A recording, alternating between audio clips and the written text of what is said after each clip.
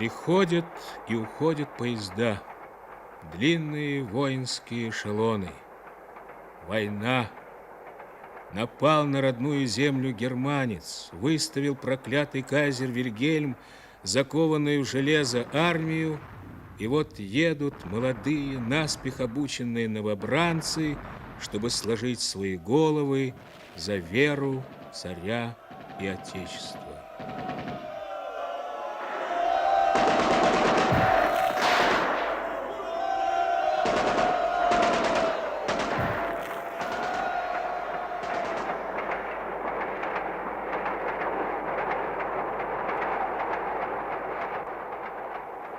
Второй год идет война, а конца ее не видно.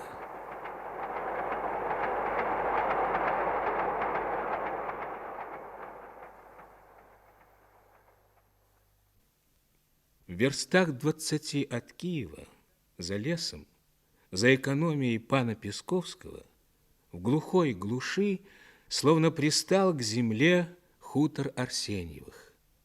Сюда на лето приезжала вся семья, но в эту зиму был арестован Арсеньев, схвачен и увезен для суда в Самару, где еще в 1905 году протекала его революционная деятельность. Его жена Марина уехала туда же, чтобы присутствовать на суде. Старшая их дочь Алина вышла замуж и уехала с мужем на Дальний Восток. И в эту весну на хутор из города переехала только Мышка, их средняя дочь, которая работала в городском госпитале сестрой, и Динка. Перевозил их Ефим Бессмертный, их сосед по хутору. Он и его жена Марьяна крепко сдружились с Арсеньевыми и стали для них как родные. Вечер. Мышка вернулась из госпиталя. Они с Динкой сидят на диване и жадно читают письмо от матери. И вот огромные толпы народа запрудили улицы. Мы ждали самого худшего, но молчаливая грозная толпа рабочих, тесно окружившая здание суда, сделала свое дело. Правительство не решилось вынести смертный приговор, и папу приговорили к 10 годам одиночного заключения с последующей высылкой. Нет! Что же это? 10 лет! У меня просто разрывается сердце. Не плачь, Дина, не плачь, не надо. Тебе хорошо. Ты закалила свое сердце. Я вот смотрю на тебя. У тебя совсем другие глаза. Взгляд холодный, твердый. А ведь я знаю, как ты сейчас переживаешь. А я так не могу. Ой. Да, мне тоже хочется выйти от горя, а нельзя. Надо копить в себе силу и ненависть. Везде подлость. Такая подлость, просто иногда дышать нечем. Да, наверное, я закалилась в каждодневной борьбе с этой подлостью. Хотя борьба — громкое слово. Какой я боец! Ой, Господи, хоть бы Леня скорее приехал.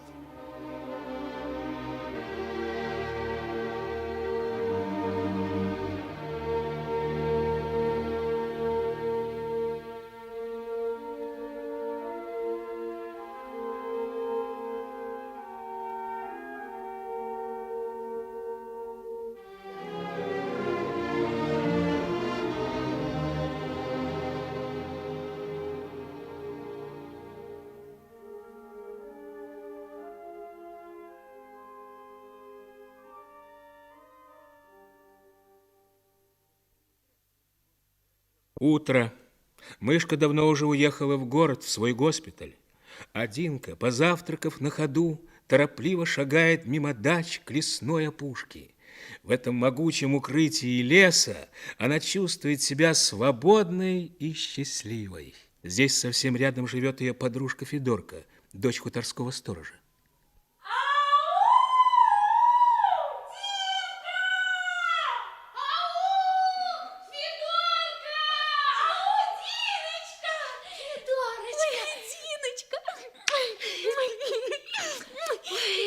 Вот и прошла зима, Федорка. Прошла.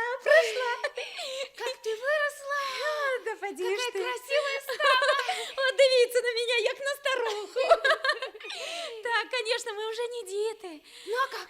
Дмитро? Что с ним? Ой, изболелось у меня сердце за него. А что? Ой, ну, тут один солдат с госпиталя выписался. Не Чипр его звать. Так он про войну, бог знает чего рассказывает. Погубит тот солдат Дмитро. А при чем тут Дмитро? Да язык у того солдата вредный. Война, говорит, простому солдату, як петля на шее. Ну, и все такое. А Дмитро, как наслухался того солдата, так себе и повторяет. За кого нам, говорит, кровь проливать? За царя, да за панскую землю, что нашим потом полито. Надо, говорит, против царя ружья повернуть. Молодец, он все правильно говорит. Ну, так что я кажу, что неправильно? Я ж только то говорю, что если кто услышит, так обоих в тюрьму за такие слова потащут. Вот. Федорка, Ага. скажи, а ты Дмитро очень любишь? Да тю на тебя. Нет, скажи, ну скажи. Ой, да ну то отдельный разговор на свободе как-нибудь. А то почует мат, это весь веник об меня обломает. Ну скажи. Ну, об этом после. Ой, гляди-ка, вон мамка моя на крыльце стоит. Заждалась тебя совсем. Пошли, пошли, пошли, пошли. Ой, мама, смотрите, кто к нам приехал. Диночка! Здравствуйте. Здравствуйте, тетя Татьяна. Ну, слава богу, приехала наша Диночка. Приехала. Проходите, Диночка, в хату. Проходите, спасибо. Ну, седайте, Диночка, за стол. Седай, О, спасибо. Седайте. Вот я кокосы вырастила и сама вытянулась, як тот тополек. Да вот и моя Федорка тоже подросла. Да. Может быть, скоро пора вас замуж отдавать. Ой, мама. Ой, за кого только отдавать-то? Все хлопцы на войне, а вернуться тоже радости мало. Все хозяйства порушены, скотину кормить нечем. Ох, дожили до какого часу? Нема ни крошки белой муки. Ой, я вон просеяла житнюю, да и слепила вареник. Да погоди, мама, и чему вы такую панику наводите? Накладывайте лучше вареников, бодинка голодная. Зараз, Доня, зараз. Здравствуйте. Дмитро. Ну, здравствуй, коль пришел. Диночка. Здравствуй, Дмитро. Здравствуйте, Диночка. О, смотрите, яки церемоны. Выросла-то как? Ну, здравствуй. Ну, седай, седай, раз пришел. Ешь вареники. Да, Ну, спасибо. хлеба бери. Да, спасибо, я не голодный, не хочу. А я говорю, ешь. Да чего ты его поневоливаешь? Не хочет человек. Так нет, пристала, как река. А я кажу, ешь, ешь. Дмитро, ешь, ешь. Вкусные. Ну, что слышно о войне? А что? Солдаты разуты, раздеты, оружия нет, никто воевать не хочет. Да что же ты, Диночка, говоришь? А что? Солдат он человек, призванный на военную службу. Тут хочешь, не хочешь, а свою землю от ворога оборонять надо. А то его земля, панская земля. Вот придет час, когда надо будет отбивать ту землю для себя. Вот тогда и драться будет за что. Божечки, ой, божечки. Да кто вам отдаст ту землю-то? Сами возьмем. Ох же ты смутьян, смутьян. Хватит, маму. Молчите хоть вы, заради бога. Почует кто из экономии, хоть Матюшкины. Всем нам тюрьма будет. Всех в тюрьму не посадишь. А ты молчи, дурень. Ну, ходи. А где Мышкин Вася? На фронте. Давно уже. А мышка, значит, около раненых? Да. Вот добрая душа. Пошли его свои. Ой, тетя Татьяна, мы с Мышкой вам гостинцы привезли из города. Ой, да чего ты беспокоишься, Диночка? Не такое теперь время, чтобы подарки дарить. Да я только вам, еще Якову музыканту, канифоль для скрипки. Кому? Мама. Якову Ильичу для скрипки. Ой, боже, а я думала, кому это? А вот уже не догадалась бы. А на что он тебе, Диночка, обыкновенный человек? Да что вы, тетя Татьяна, он же очень хороший человек. А музыкант какой? Играет он еще на свадьбах-то? Какая ему уже свадьба? Молчи, дурень. А какие теперь свадьбы, Диночка? За войну только вон один Павлуха, приказчик пана, женился. Что вы скрываете от меня? О, да, оборони Боже, что нам скрывать? Дмитро, ты опять нос колупаешь? Ой, характер, никакой самостоятельности хлопцу не дает. А мне без внимания. Ну, извиняйте за беспокойство. Я пошел. Прощавайте пока. Дмитро, подожди, вместе пойдем. Спасибо за вареники. Тебе спасибо, Диночка, что поедала. Пошли, Дмитро. До свидания, тетя Татьяна. До свидания. Дмитро, не играй со мной в прятки. Что вы от меня скрываете? Что случилось с Яковом Ильичем? Говори. Якова нет. Упокойник он. Убили его Матюшкины. Убили! Матюшкины! За что? А кто его знает? Люди говорят по-разному. Кто говорит, дед какие-то деньги оставил Йоське на учение, чтоб, значит, учился он. Дед-то был лесником, вот и накопил. Сказывает, что пронюхали Матюшкины об этом. Вдвоем пришли к Якову в хату и зарубили его. Главное, деньги не нашли, а человека убили. Боже мой, а с Йоськой-то что? А Йоська вернулся домой, а отец около порога лежит, чуть живой. Но успел, видно, сказать Йоське, кто его порубал. И Йоська как начал над отцом кричать и прямо на Матюшкиных показывает. Боже мой, боже мой! Ну, схоронили Якова. Студент тот, что с Йоськой занимался, сам пошел в полицию, чтобы, значит, на Матюшкиных показать. Показал? Ну, показал. А в скорости его, этого студента, в лесу нашли. Сильно суродованным, так что в нем и человека признать невозможно. Ну, бабы, конечно, испугались, чтобы Йоськи так же не было. Схватили хлопчика и тайком свезли в город. В город? Ну да, там вроде тетка Якова жила. Слепая, да хворая. Сама кое-как перебивалась. А тут еще Йоська. Она в скорости померла. А Йоська? А Йоська исчез. Сбег. А куда неизвестно. Видели вроде его на базаре. С босиками. Рваный да голодный. Значит, в городе с босиками. Так надо же найти его. И не думай. Выбрось из головы пропащее дело. Вот так-то. Почему? Да еще я тебе скажу. Ночью в тот лес не ходи. Не можно туда ходить. Почему? Скрипка там играет. Понятно тебе? Какая скрипка? Это Яшкина душа тоскует. Неправда это. Дураки это все выдумали. Нет, не дураки. Все люди слыхали не раз. Бабы тоже рассказывали. Раз они по грибы пошли хуртом, спозднились сильно. Идут через лес. Вдруг слышат, скрипка играет. Ну, ту песню, которую Яков любил. На сопках Манчжурии. Спугались они и бежать. 7 человек их было. Да я тебе лучше скажу. Матюшкины теперь в лес. Не ногой, на мельницу, и то объездом едут. Поняла, в чем суть? Потому Яшкина душа эта тоскует, убивцев своих ищет. Они и боятся. Вот так-то. Ну, прощай пока. Прощай. Вот уж солнышко садится, а у меня скот в поле. Ну, прощай! Прощай! Убили? А скрипка играет? Выдумки все это. Что же делать, а? Что же мне делать? Якова убили, а Йоська бегает теперь где-то по Киеву голодный вместе с босиками. Я должна спасти Йоську. Ведь если на человека летит поезд, если ему грозит гибель, разве я не бросилась бы спасать его? А Йоське грозит гибель. Я поеду, найду его и возьму к нам. Динка идет по тропинке, что ведет к хате Якова. Хата, разбитые окна, сорванные из петель двери, мертвой кучей валяется искалеченная и брошенная около дома мебель. Динка отодвигает половинку двери, груда битых кирпичей преграждает ей путь.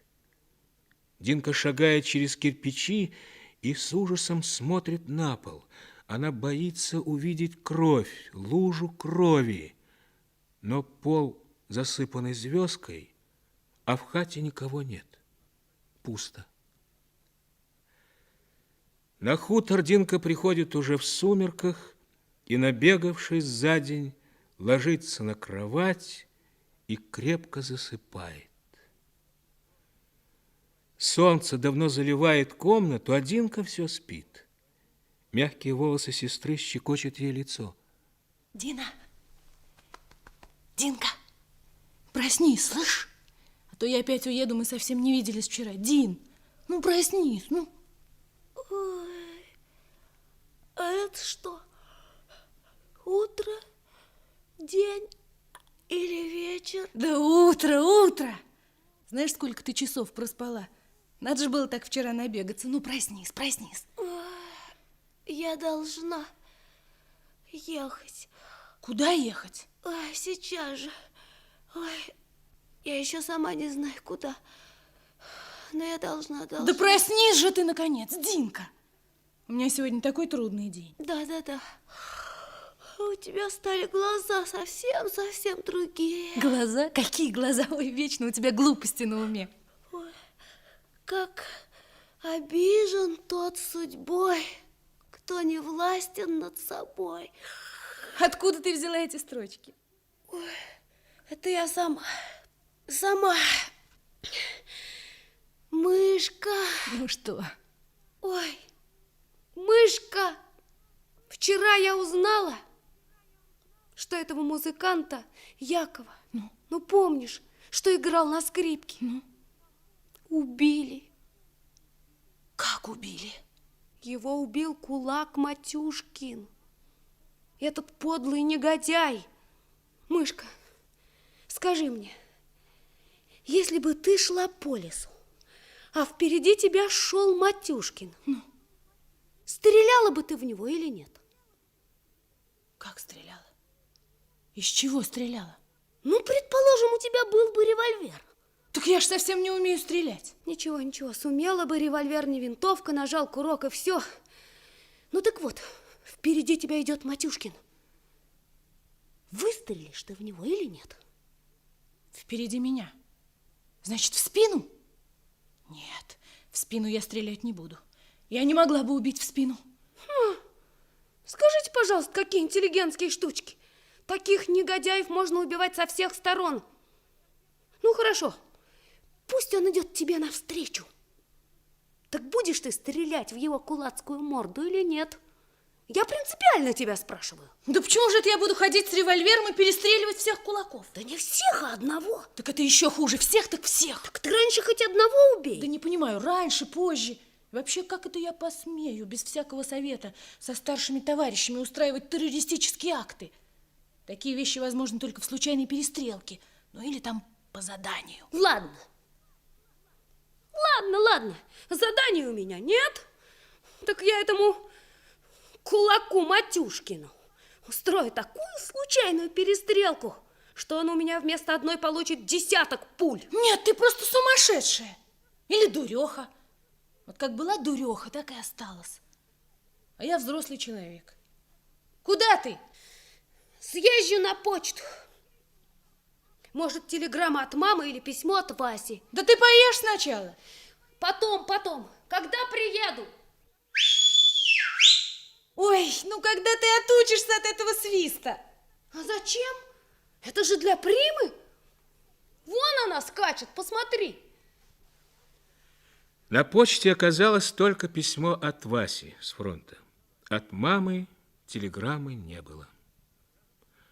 Обратно Динка поехала напрямки через экономию. Динка не любила там ездить.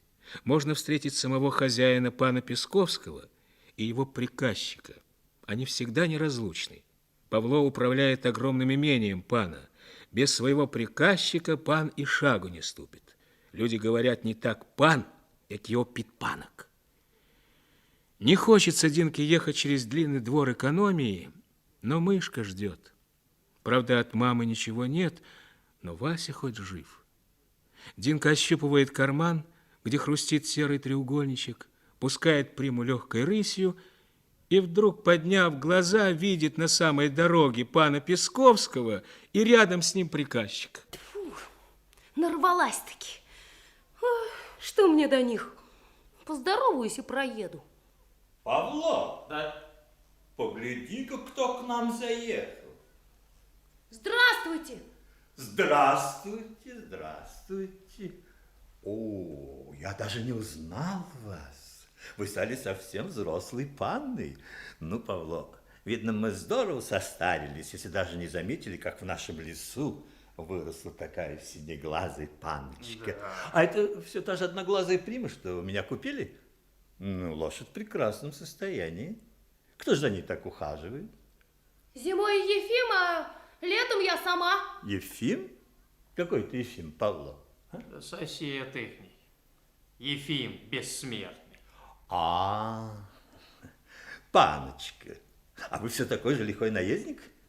Но теперь уже нужно ездить в седле. У меня есть дамское седло, и сегодня же на правах соседа пришлю его вам. Нет, спасибо. Я не умею ездить в седле. Да это же очень удобно.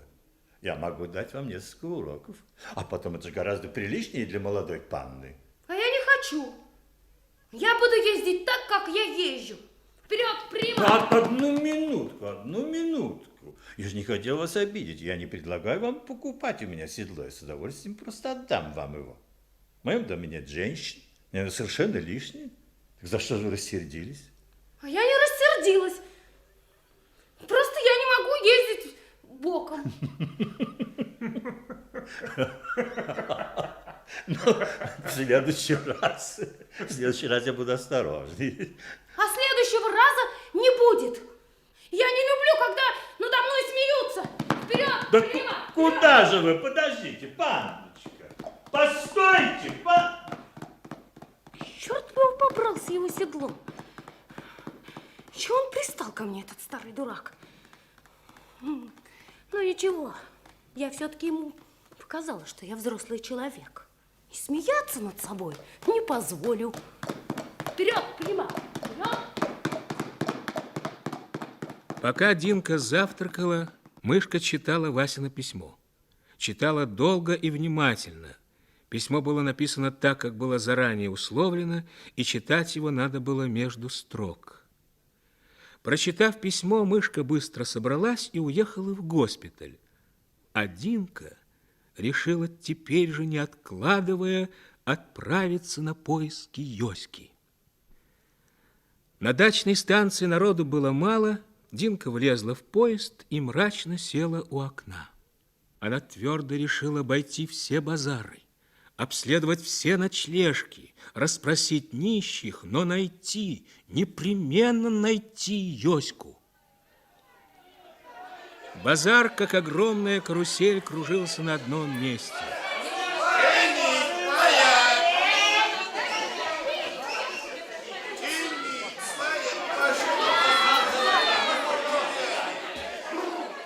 Динка увидела, как, сидя прямо на земле, кучка ребят играла в засаленные карты. Я с короля ходил. Да врешь, гад! Ты что, это мой король? Ты что, не видишь, что это мой король? Не дай, чё пьёт? Я тебе дам будет, как нет! Неожиданно все стихло. К кучке ребят подошел высокий, черный, как жук, подросток. Все было в нем черным. Черные волосы, черные брови, черные глаза. А ну-ка, мотайте отсюда. А чё мы? Ну чё ты? Ну что это жук? Я говорю, мотайте. А чё это? Понял, давай катись. Подождите. А вы чего-нибудь ищете, барышня? Настоящий босяк. Главарь, наверное. Эй, отойдем в сторонку. Да. Далеко? Ну что вы ломаетесь? Пойдемте отсюда. Ну вот сюда. Скажите, пожалуйста, вы босяк? Ну ты, смотри у меня. Спрячь! Да спрячь в карман свой кулак! Спрячь! Я такая же, как ты. Мне нужны босяки. Я ищу одного мальчика. Его сманили босяки в свою компанию, понимаешь? Подумаешь, сманили. Зачем он тебе? Я возьму его, буду учить, воспитывать. Он еще маленький, его зовут Йоськой. Что? Йоськой? Ты, наверное, всех знаешь. Слушай, найди мне его, пожалуйста, а? Постой. Йоськой, говоришь? Ага. Ну да, это кудряненький такой, да? Лет 10 ему. Ну да. Так он это... Он уж помер. Да, убили его. Чего ты? Чего ты ревешь-то, дура? Ну чего ты, ну? Да он кто тебе? Брат, сват? Нет, он мне никто. Никто! Так и не лезь не в свое дело-то! Я поклялась его Да найти. наплевать мне на твои клятвы! Ой, погоди. Я поклялась. Я найду его, живого или мертвого. Говори, где его убили. Послушай, может, ты врешь? У тебя ведь ни стыда, ни Да совести. ты-то откуда знаешь, какая у меня совесть? Но ведь ты сказал, что на клятву можно наплевать. Сказал? Где же тут стыд и совесть? Я тебе сказал, дура! А я что? Я не человек, да? Говори правду. Жив Йоська? Я тебе уж сказал, нету, чего тебе еще нужно? Убили его на дачах, понятно? Сначала его отца убили, а потом и его. Ну, а ты будешь его искать. Смотри, и тебя убьют. Ясно? На дачах. На даче. Значит, правда убили. Правда. Ну, прощай. Прощай. Ну что ж ты, давай руку. Я с тобой прощаюсь. Так она у меня грязная. Это все чепуха. Прощай. Ну, прощай.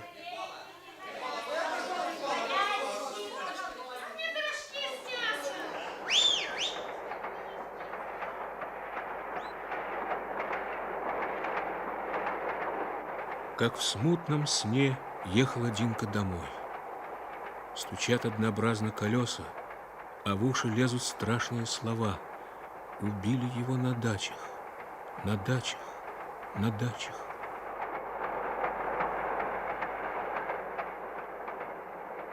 Опоздала я. Опоздала. Йоську убили. Сперва Якова, а потом Йоську. За что же Йоську? Мышке ничего не надо говорить. Нет, она и так видит много страданий. Да зачем говорить? Разве можно снять тяжесть со своего сердца и переложить ее на другого? Нет, нельзя и не надо.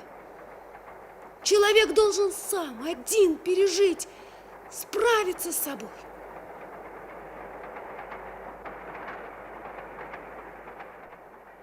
Где ты был один, и я уж стала волноваться.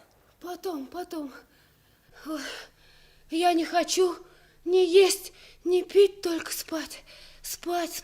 Укрой меня папиной тужуркой. Да что с тобой? Что случилось? Потом.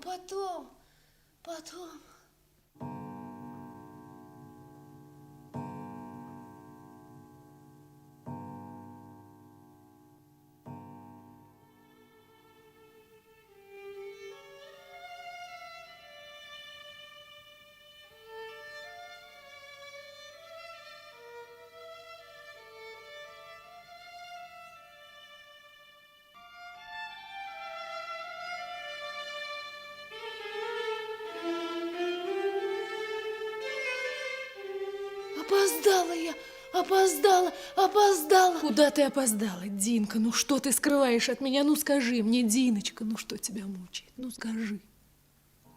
Потом.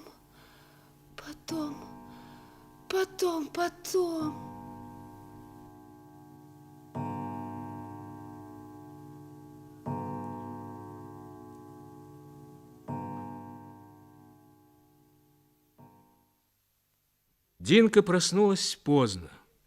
Мышка давно уже уехала, она сегодня целые сутки дежурит в госпитале. Динка одна, совсем одна со своими мыслями. Она не знает, куда себя деть. Зачем Леня скрыл от нее, что Яков убит? Если бы она, Динка, узнала, то сразу подумала бы об Йоське. Но Леня скрыл. Он ушел от нее. Ушел в лагерь взрослых. Там, где мама, где Вася и даже Мышка. Она не заметила, как это случилось, но взрослые оказались по одну сторону, а она одна-одинешенька по другую. Как это случилось, а? Я росла и не умнела, а они умнели. Я и правда не очень-то умная. У меня всего не хватает. И ума, и знаний, и красоты. Всего-всего. И я ущербный месяц.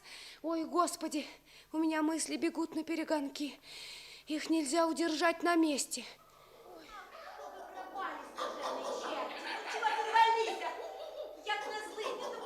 Марьяна. Здравствуйте, Марьяночка. Боже ж ты мой, ты наша Диночка приехала.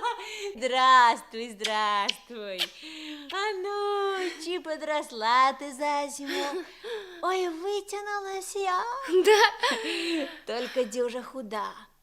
Ну, що зробиш, як теперь война, настоящей пищи людина не получая? Ось я тебе тут молочком отпою. Ладно. А где же Ефим? Остался он в городе? Да не, он отвез Мышку и давно уже приехал. Сейчас, мабуть, на селе. Ой, слушай, Марьяна, М? ты слышала что-нибудь о Матюшкиных? А шо Матюшкины? Хоть бы их нечистая сила взяла. Ведь это они убили Якова, я знаю. Ай, а ты откуда знаешь? Да ведь Леня не велел же тебе говорить. Знаю. И про Йоську знаю. Ай, Йоську они тоже убили. Слышали про это? ай, батюшки, а в Йоське? Нет, не было такого слуха. Ай, они зверюги. Ну вот, помяни мое слово, придушит их покойник. Только они в тот лес не ногой. Скрипки боятся. Да какая там скрипка? Это все бабьи выдумки. Ай, нет, нет, голубка моя. Мне Ефим так говорил. Брешут, да брешут люди. А тут как поехали мы с ним на мельницу, да как послушали своими ушами, так и примолк. Ты сама слышала? Ну а як же ж? И я, и Ефим. Вот хоть у него спроси. Нет, это правда, то правда. Не к ночи будет сказано. Ночью? Известно, ночью. Днем-то не слыхать вроде. И мы с Ефимом ехали после полуночи. Да. Слушай, Марьяна, а где Прима? Да здесь где-то на лугу пасется. Ну ладно, ты иди домой, Марьяна. Ну? А я как стемнеет, спать лягу. Ефиму меня сторожить нечего. А то к нам приходи, а? Приходи, если тебе скучно станет одной-то. Приходи, Диночка. Да нет, Марьяна, я возьму Приму и покатаюсь. Да ну покатайся, покатайся.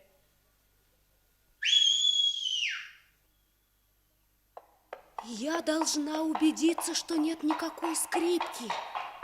Иначе от всех этих разговоров совсем измучаюсь. Темно-то как. Вперед, Прима, вперед! Ой, что это? Филин, наверное. Ой, ты видишь, Прима, какая я глупая? Это же мой лес. С детства знакомый мне лес. Людей тут нет. Матюшкины не пойдут ночью. Они боятся скрипки. Вперед. А где эта скрипка? Все выдумки. Выдумки. Ну да, конечно. Вот и месяц вышел из-за туч. Совсем светло стало. И ни чуточки не страшно. Вперед, Прима. Вперед. Вперед. О! Что это? Скрипка! Да, скрипка играет в хате Якова. Но это же не Яков. Яков так не играл. Тогда кто же это? Кто? Стой! Прима! Стой! Динка соскочила с седла, выпустила поводья и, протянув вперед руки, как слепая, бросилась в хату. «Йоська!» – отчаянно крикнула она, вбегая на порог. Но что-то тяжелое, как бревно, обрушилось на нее сверху. В глазах у Динки помутилось, мелькнула коротко мысль Матюшкины, и сознание исчезло. Погоди, Да нет, она, я тебе говорю, она, ты взял, ударил. откуда я знал? Кто это? Да меня там торговка убила бы, если б не она меня спасла. Ты ударил зверь ты после этого. Ну, я-то тут при чем? Ну, я вижу, кто-то лезет. Ну, я и ударил. Это мой дом, она ко мне пришла. Да, твой дом, твой дом. А ты-то чей? Тебя кто подобрал? Пошел вон отсюда, покуда цел. Смотри. Ой, пить, пить, пить. Я дам ей пить, цыган. Ага, цыган. Пошли вон отсюда к чертовой бабушке. Я кому говорю? Ох, пить, пить, пить. Ну дай ей воды. Ну сам дай, цыган. Ну, сейчас. Пусти. Ах, пить. Ну, погоди. Ну, пей, ну. Ой, кончается. Кровь у нее, кровь. Ухо, увидишь мендрика. Да не пойду, я не пойду. Уйди. Йоська, живой. Йоська, и ты жук, Я? жук. Узнала? Да. Беги, спаси Йоську. Меня убили Матюшкины. Да никто тебя не убил, дура. Матюшкины. Матюшкины. А это кто? Кто? Защитник твой. Рваное ухо. Смеется. Рад, что живел-то, а? Рад? Рваное ухо. Помню. Ты сало украл, а торговка тебе ухо порвала. А я тебя спасла. Ой, я помню. Помню, да. А где Йоська? Да здесь, Йоська, здесь. Йоська. Йоська, чего ты боишься? Иди и поздоровайся, я разрешаю. Йоська. Ну вот я, Йоська. Там у крыльца Прима.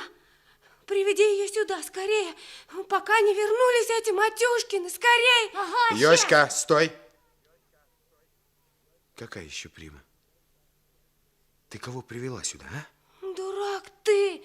Прима, это моя лошадь. Иди приведи ее к крыльцу. Да? Ах ты, смотри, барыня какая, приведи ей лошадь. А ты не кричи. Мы с Йоськой уедем сейчас домой. Мне бы вот только бы встать как-нибудь. Ну, помоги мне встать-то. Я тебе не нянька. Ухо, ну помоги ей. давай, держись за меня. Ой, Ну, ой, как больно. поднимайся потихоньку, давай. Ой, спасибо. У тебя ухо не болит? А? Да ну что ты, зажил уж, сколько времени прошло. Ну ладно, хватит. Ухо, отгони лошадь подальше, а то светает, увидеть еще могут. Как отгони? Нам нужно ехать. Пойдем, Йоська, скорей. Да не, я не пойду. Я с цыганом останусь. Что, съела? Ну, убирайся, покуда цела. А если скажешь кому про нас, наведешь на след, тогда прощайся с жизнью, поняла? Так это ты мне голову разбил? Я. За что?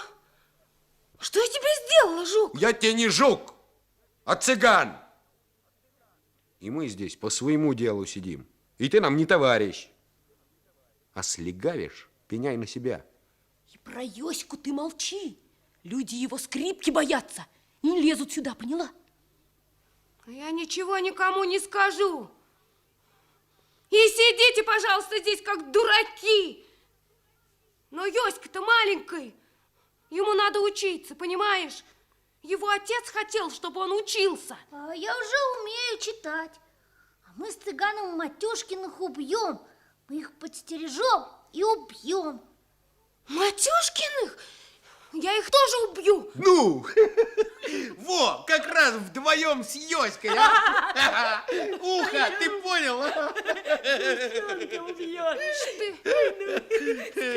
Знаешь, Чего? ты здоровый, как дубина, а дурак. Ну, ты! Ты вон по базарам шатаешься, Ну? Йоську воровать учишь, а мог бы целый отряд собрать. Вон что по селам делается. Бедняков богатеи в бараний рог гнут, а тебе и дела мало. Герой. На девчонок только ты герой. Вот что я тебе скажу, чтобы им головы проламывать. Эх ты! А ну, катись отсюда, а то во враг выбросим. Не грози! Я тебя не боюсь. Дай мне воды. Ой, а то дома испугаются. Пойдем на крыльцо. Ну, идем. Ну, полей мне. Сейчас.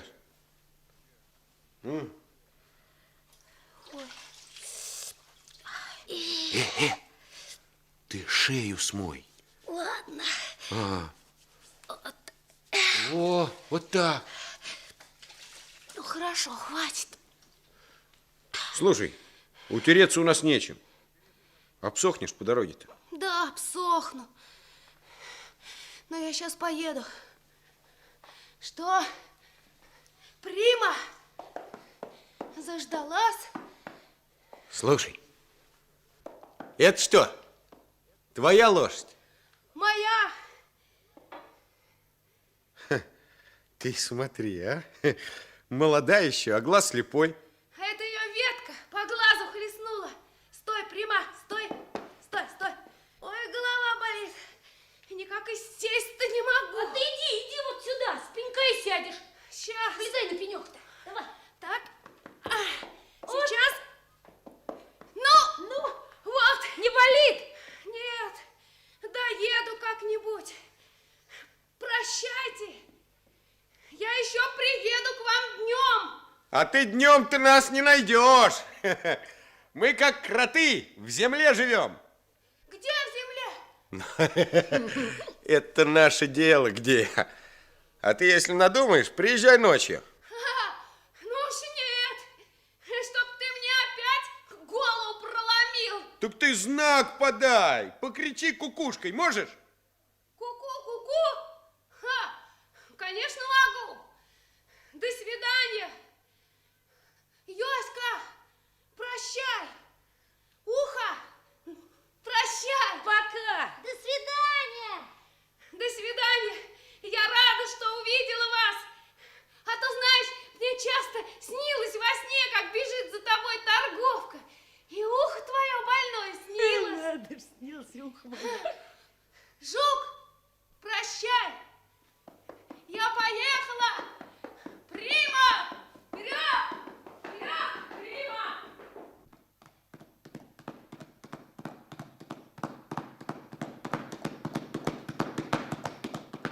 Богатырским сном спит Динка.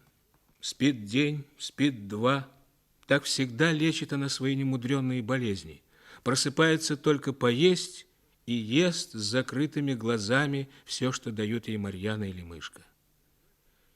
Только на третий день ощущает она обычный прилив сил и, потягиваясь в постели, сонно приоткрывает то один глаз, то другой.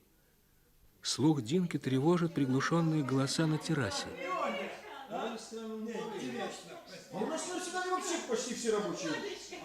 Ой, Леня, это его голос. Леня приехал. Даже не в грамотности. Действительно, в умении разбираться во всем. Леня! Динка! Леня! Ой, Ефим! Марьяна здесь! Да Диночка ж наша проснулась, Ой, голубчик. проснулась! Ой, Леня, тебя не было целую вечность! Ну, проснулась, куда и сон делся. Смотри, как обрадовалась, Леня увидела. Ну как же, ой, Леня. Ну что, прошла у тебя голова, макака? Прошла? Чепуха. Зажило, как на собаке. Что с тобой было? Кто тебя так? Да никто. Фу, я зацепилась косами за ветку. Упала с лошади и ударилась головой о пенек. Динка. Ну, правда. Пойдем. Мне нужно много-много тебе сказать. Динка, ну куда ты его тащишь, Динка? Пойдем скорее. Ну, пойдем. Ой, это вечная эта Динка с секретами. Золото, девчина. Только вот дюже рисково. Ну, пошли, Марьяна. Бо Леня с дороги устал, мабуть, и есть хочет. Ой, божечка, то стоит же ж у меня с утра в печи такой борщичок хороший, ну як я знала, что Леня придет, то зараз я накормлю, то зараз. Ну, макака, давай выкладывай мне все, что у тебя на душе.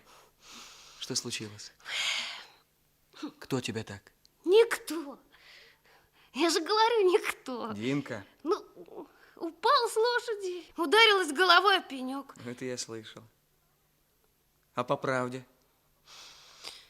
Ведь я же все равно узнаю, кто это сделал.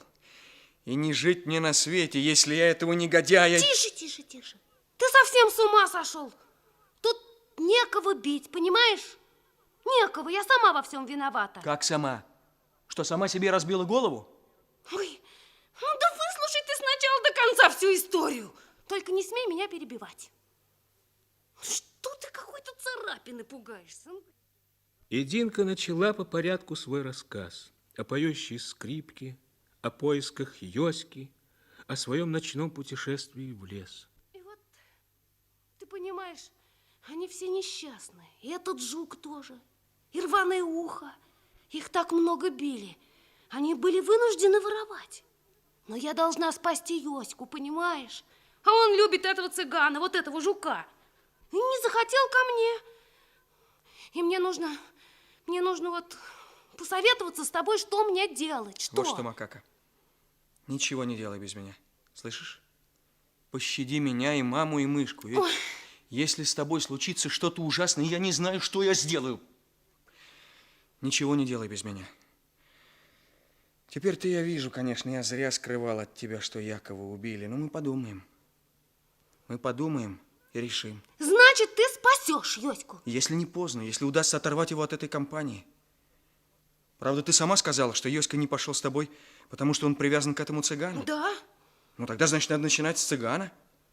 Пойдем к ним вместе. Это можно только ночью. Но лучше бы предупредить. Вот, понимаешь, а то жук может убить тебя. Убить? Да за что?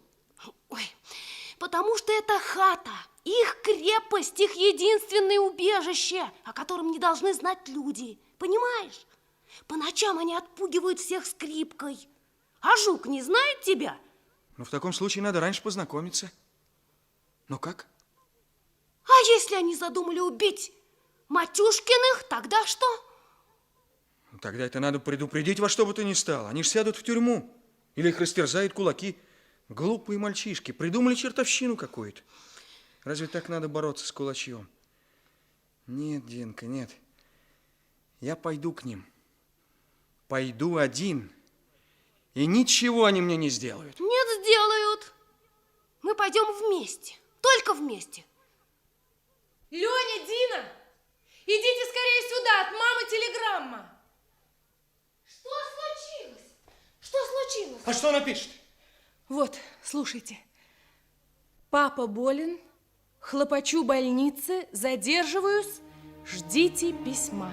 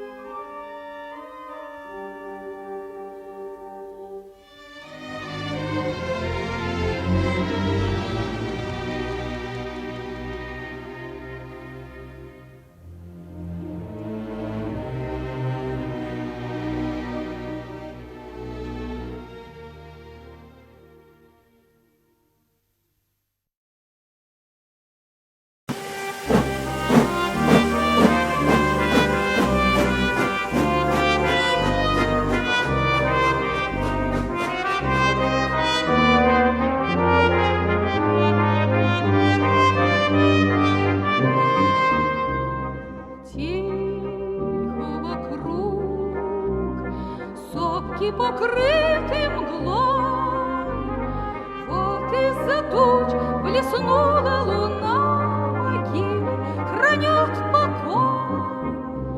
Белеют кресты, это герои спят.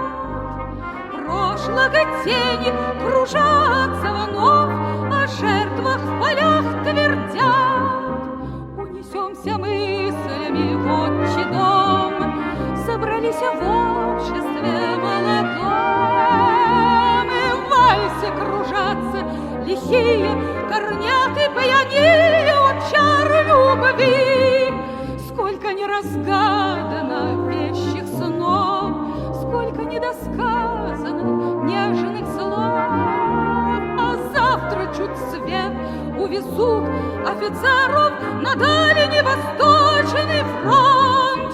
Горько плачет, плачет мать родная, плачет молодая жена. Плачут все, как один человек, сварог и судьбу кляня.